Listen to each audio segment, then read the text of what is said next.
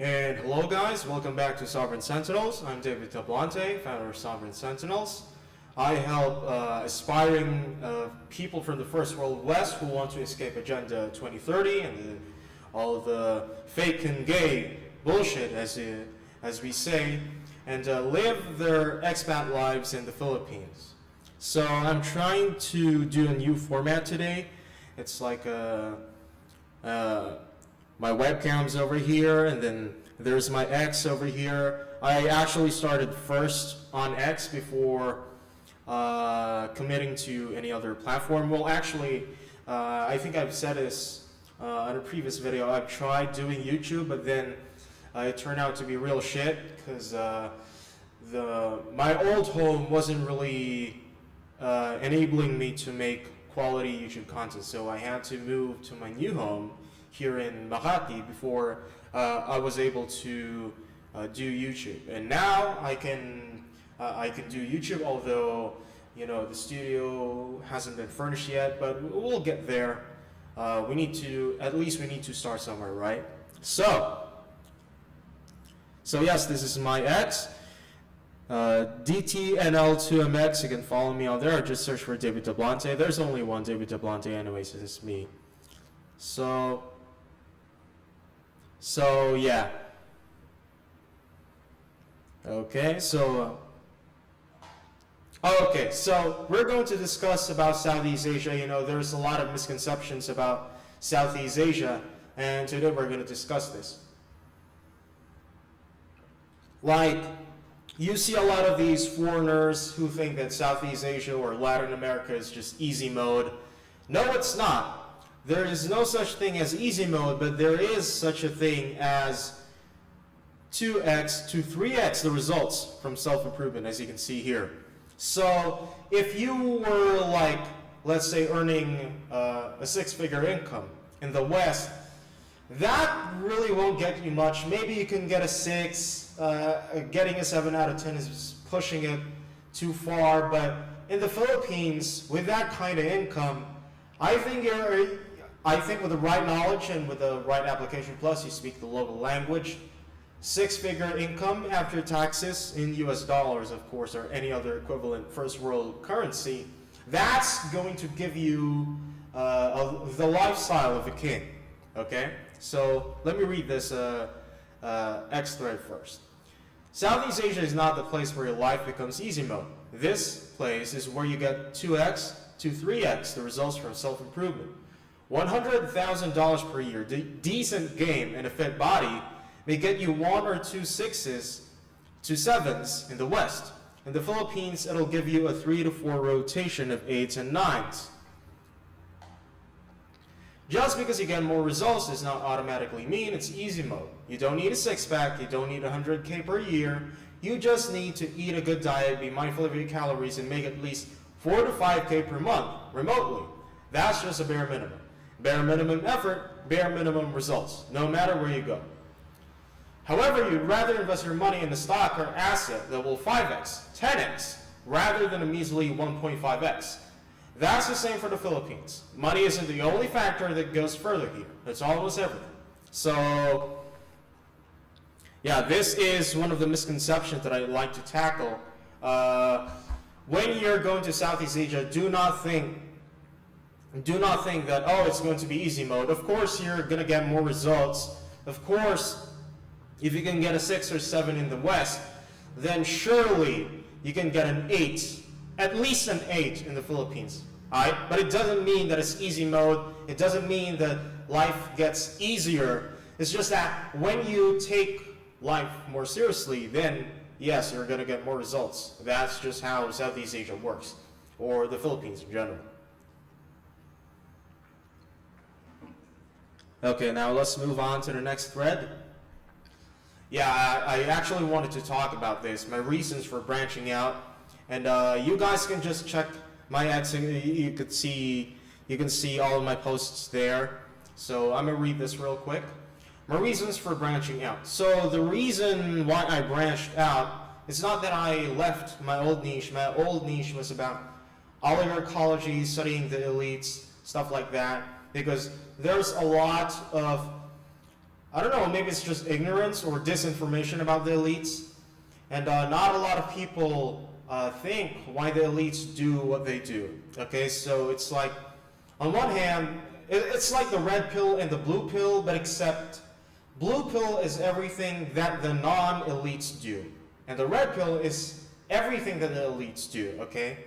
So everything that they do right. So how come the elites get all the baddest bitches? How come the elites never go broke? Why do they always stay rich and powerful? You know, while the masses are selling PCs. You know, that really sparked a curiosity in me. That's why I did my 6-month-long research of them. You know.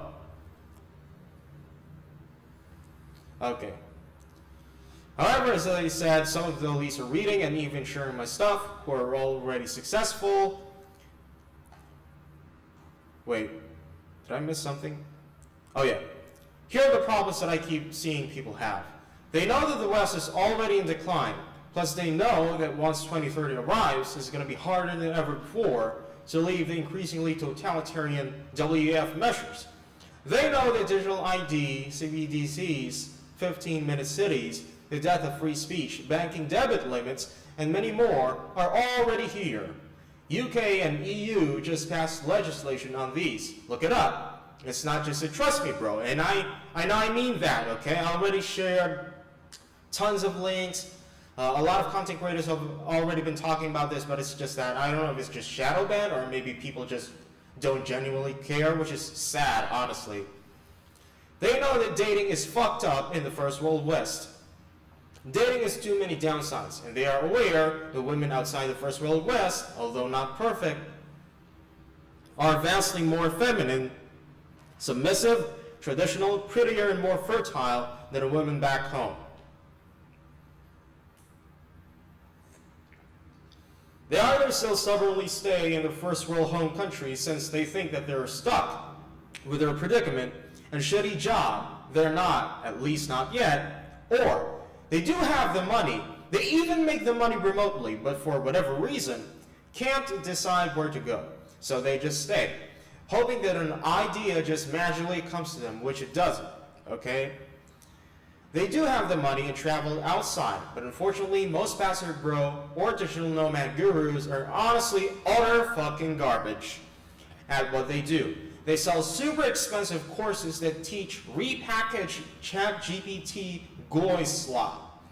So, they end up getting subpar results, thinking that going outside the West wasn't worth it after all. Although it is worth it, they just have skill issue and also knowledge issue, because they're not giving you the whole game, the whole sauce. Then they go back to the first world nation and simultaneously converting back into blue pill mode. Once these problems are all dealt with, then they can be introduced to the higher level stuff, which I was already posting about. Obviously, I'm going to niche down in an area where I can provide the most value. And you know what? I actually overlooked this. I didn't realize that there's a lot of people, you know, that are increasingly garnering interest about leaving the West and moving to places like, you know, Thailand or Philippines or Latin America. So that's what that's where the demand is, right? And you know, I'm also passionate about this stuff, but I was more passionate actually about, you know, history and about oligarchology, but it's like there's not much demand for that yet. So in order to increase the demand for the higher level stuff, I need to do the basic stuff first, okay? So yeah, even if the Philippines is objectively worse, in scare quotes, the other options, if I spoon-fed you what the best area to get an apartment is, or how to get women, or what are the tips and tricks that are not really that taught in the Passport Bro community that we need to fucking gate kept, you know, we need to be gatekeeping rather, you know, because we can't give out all the sauce for free on the internet for the world to see, because it's going to fuck things up, just like what happened in Colombia, you know. I don't want to turn the Philippines into the next Medellin. And since I've already laid out the commonly encountered problems, and I'm also certain that nobody in the Philippines/Southeast Asia passport bro digital nomad community has ever given a satisfying answer to any of such problems, I'm going to be the one providing real solutions. Okay, so comment or DM for any questions, okay? Okay, so about this. Why password bros and digital nomads epically fail in the Philippines? Legit embarrassing. Here's what I keep seeing with these password bros. The women are too ugly. They don't self-improve. They never make friends with the locals. And the worst of all, they never speak the local language. So I think I've already talked about this in previous videos, but I'm just going to skim over them again.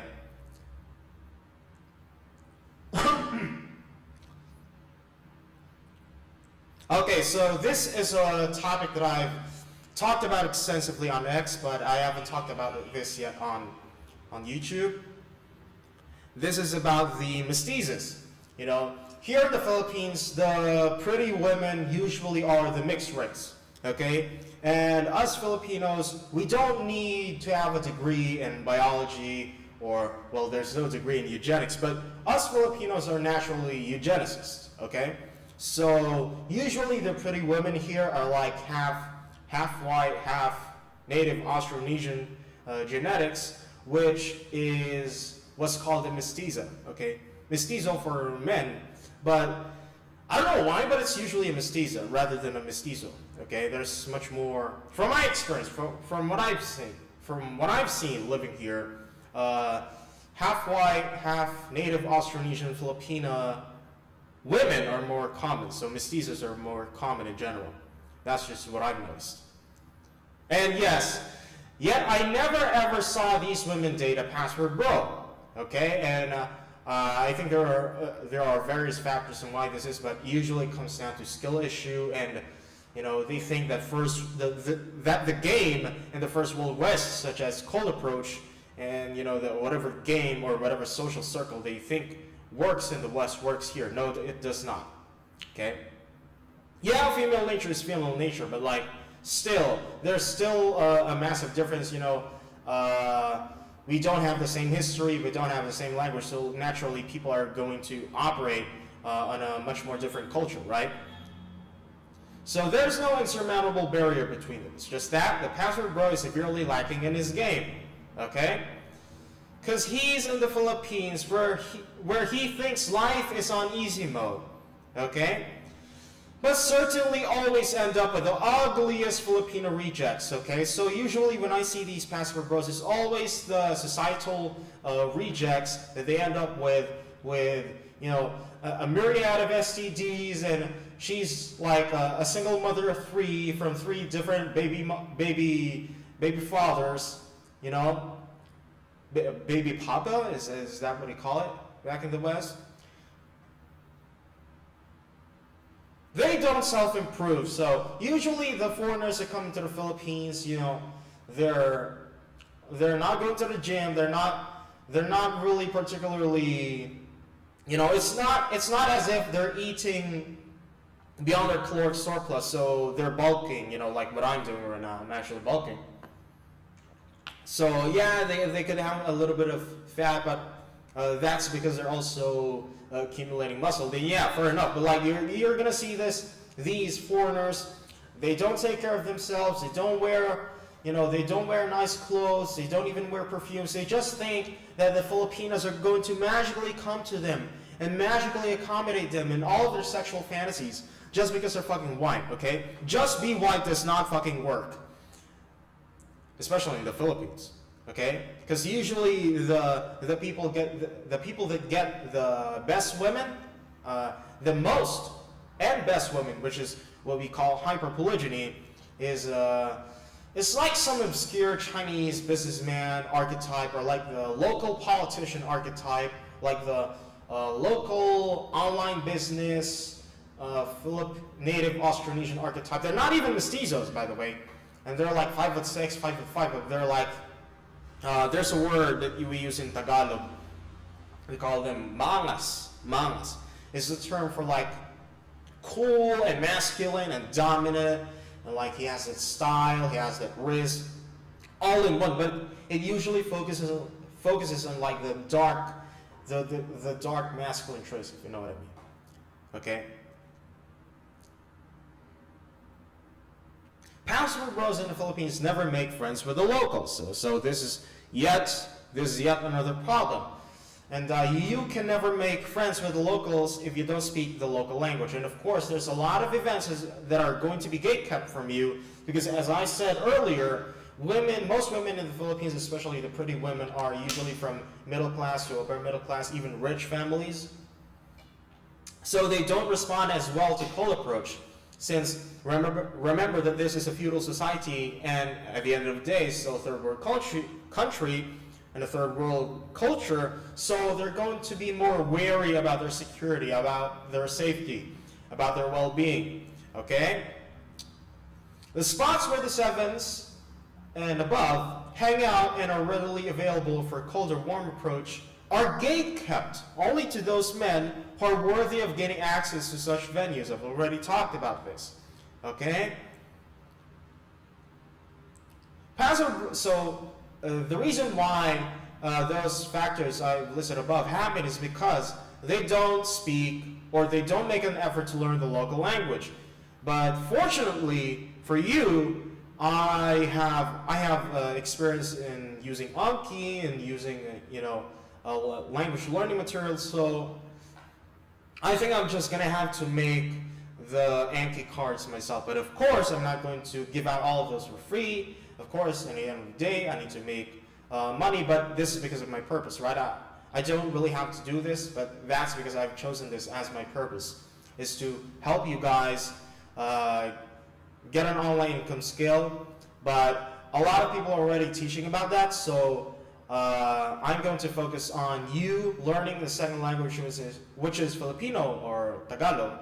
Okay, and I'm also going to help you get your foreign domicile here in the Philippines and possibly get your permanent residency. You don't even need to focus on the permanent residency per se, because it's going to take you quite a bit. If you're earning 10 to 20K per month, it's still going to take you quite a bit of time. Not even the money per se, because 10 to 20K already gets you a lot in the Philippines, but I think the most expensive purchase that you're gonna have in the Philippines is the acquisition of the Metro Manila condominium. Okay? There are more problems that need to be addressed, but those are primary issues of notice. Okay, so let's go to the next thread. Where to live in the Philippines. Okay, this is going to be a long one, okay? So make sure to grab your coffee and cigarettes and your popcorn, okay? So what if you're already making decent income, okay, you're now ready to go to the Philippines. Where do you live? I recommend that you live in the urban area, because I also live in Makati, and I'm going to be able to help you if you live around Metro Manila. Makati is like, it's like in the middle of, not in the exact middle, but like, it's right around the center area of National Capital Region or Metro Manila. Spend at least 1 week each in urban residence, suburban, rural, tropical. So you'll be spending not more than 1 month. Here's the equivalent. For the urban areas, Makati, Taguig, Mandaluyong, and Quezon City. And the reason why I haven't mentioned all the other places is because most of the lower class, working class people live there. And there's probably some problems with flooding or with crime and safety. So there's a lot of places in Metro Manila, but these are the only places that I recommend, okay? So Pampanga, we have Angeles City and San Fernando City. For Rizal, there's Antipolo. There are also a lot of other places, of course. I cannot give all the locations, right? But Antipolo is for Rizal province. And for the Visayas region, we have Cebu City and we have Cagayan de Oro City, which is underrated. Not a lot of foreigners live there, but there's a lot of mestizas, okay? And Mindanao, we have Davao City. For the suburban areas, some areas in Pampanga, Bulacan, Rizal, Cavite, Laguna, Batangas, Bataan, Zambales, Cagayan de Oro, Davao del Sur, which is where, Davao is located. There's like Davao del Norte, Davao del Sur. I recommend Davao del Sur. Rural, same as suburban. So all of these areas that I've mentioned also have rural areas. Like it's usually 1/2 or 3/4 of the area is suburban, and then the rest is rural. Okay. Any rural places not mentioned are not recommended. The tropical beach places: Palawan, Puerto Princesa. More about yacht and boat culture. Davao, Samal Island, underrated. Siquijor Island has bad rep for witchcraft. This is like a local urban legend. It's actually bullshit. Pagudpud, if you like surfing, there's a surfing culture, and there's not just locals but also foreigners that are surfing there. You're gonna find a lot of mestizos and mestizas doing surfing there, funded by their parents' trust fund. Zambales and Bataan. And Boracay, do not ever fucking go to Boracay. It's a fucking shithole. Even though I know that, the previous president, Duterte, has mandated a cleanup of Boracay, it's still not recommended, guys. Okay, so are we okay? Okay, so urban living in the Philippines. I just want to discuss more about this. Okay, so first the cons. Of course, it's expensive, but as I said, once again, yeah, you can be a cheapskate in the Philippines, but you're not going to have a good time, which is why I always recommend that you first focus on your high-income skill, your high-income remote skill, okay? Because if you really want to enjoy a good life in the Philippines, then you're going to have to spend some money. All good things in the world require a little bit of sacrifice, if not a tremendous amount of sacrifice. Okay, if you want tremendous results, you need to do a tremendous amount of sacrifice. Okay. The good places are gate kept. So the good spots to do networking, to meet the 8s, 9s, 10s are not accessible to expats, even if you have money. So yeah. Those people, the locals that make 5 to 10 grand in US dollars per month versus the expat that's making 50 to 100K per month, the local still has the advantage, which is why it's very important for you to learn Tagalog, or else you're gonna be stuck with dating the Filipina sub 4s and sub 5s. Okay, the shitty women flock towards you, but the real good women don't at first. We've already discussed this. Pros. Abundance of young, pretty women and plenty are still wifeable, unlike city girls in other countries. So even the city girls here, they're not as bad as city girls in other places. And that's just because, it's, at the end of the day, it's still a third world country. So women need to see suffering. Women need to see the scarcity so that they don't become like the women in the first world West. Nietzsche said something about that. About is seeing and experiencing suffering, which adds a flavor to our lives. It's a very Nietzschean quote. I read it from Genealogy of Morals. Near proximity to all important networking events, so that's another advantage of the urban places, living in the urban places. Yes, Angeles City and Davao City. Although Angeles City, I don't know why you fuckers always go to the low quality places in Angeles City. Fuck. Damn, I might have to do a guide for Angeles, but for now, maybe for the first year or two, I'm going to focus specifically on Metro Manila, okay? Because I can't do Angeles City too, as well as Davao City. Of course, I have to stay in one spot first. Secular, okay? So, yeah, you might say that Philippines is a Christian country, but like here in the city, people don't really give a fuck about religion. I live in Makati, where both old and new money live, okay? But it's not as posh as Taguig, because Makati, the places here in the Philippines, they're interconnected to the middle and the lower class neighborhoods. So even though this is Makati, technically a very posh city where the top 1% live, sometimes you'll still see beggars roaming around. And that's because Makati is very interconnected. Unlike Bonifacio Global City in Taguig, where it's really enclosed. They do not let beggars in. So yeah, if you really want to have the best experience in terms of urban living, then I recommend Bonifacio Global City in Taguig. Although it's going to be the most expensive. It's as if you bought an apartment in the first world west, right? Okay. So living the expat life in the Philippines, this is for the suburban. Not as many pretty women, because the pretty women get scooped up by the local elites, and they're brought to the urban areas, or sometimes even taken abroad to the more developed places like Japan, South Korea, sometimes China. I consider China to be a developed country, okay? Not as much nightlife, subpar, no public transport, so you'll have to buy a car. But then housing is half the price, so if you're already making 10K, 20K, 30K per month, it's not going to be big. It's not going to be a big deal. People are less used to foreigners, but not to aware of expats like in rural areas. The food is better than Metro Manila, and that's because food in Metro Manila.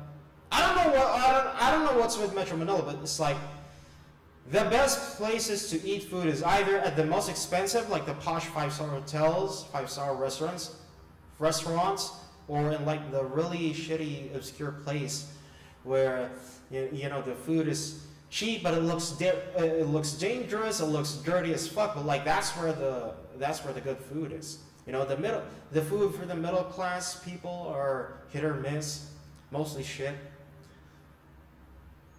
So yeah, especially Bulacan, yes, because that's where I grew up in. Well, I actually went back and forth between Bulacan and Metro Manila. So yeah. Okay, so that's the end of the list.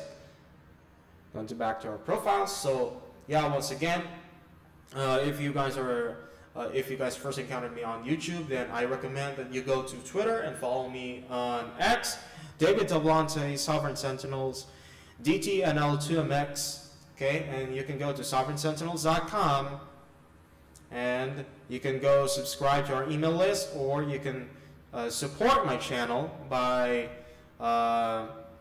with only $5 per month subscription. You can go support my channel, and if you like what I do, you can choose the tiers you want. And this is because I really see myself as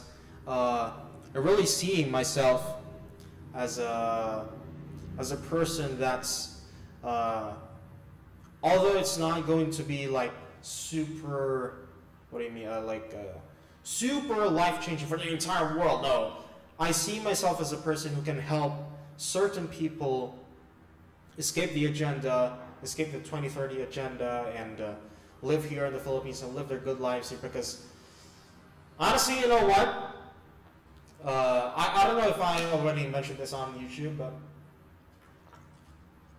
there's not really a lot of competition here. Most of the pretty women here in the Philippines, they all fuck the same roster of men. It's usually the local politician or the local businessman or the local niche celebrity. Not like a super celebrity, but like a niche celebrity. Yes, sometimes a celebrity if they're red-pilled, but a lot of celebrities here are purple-pilled or blue-pilled, right? But the red-pilled celebrities,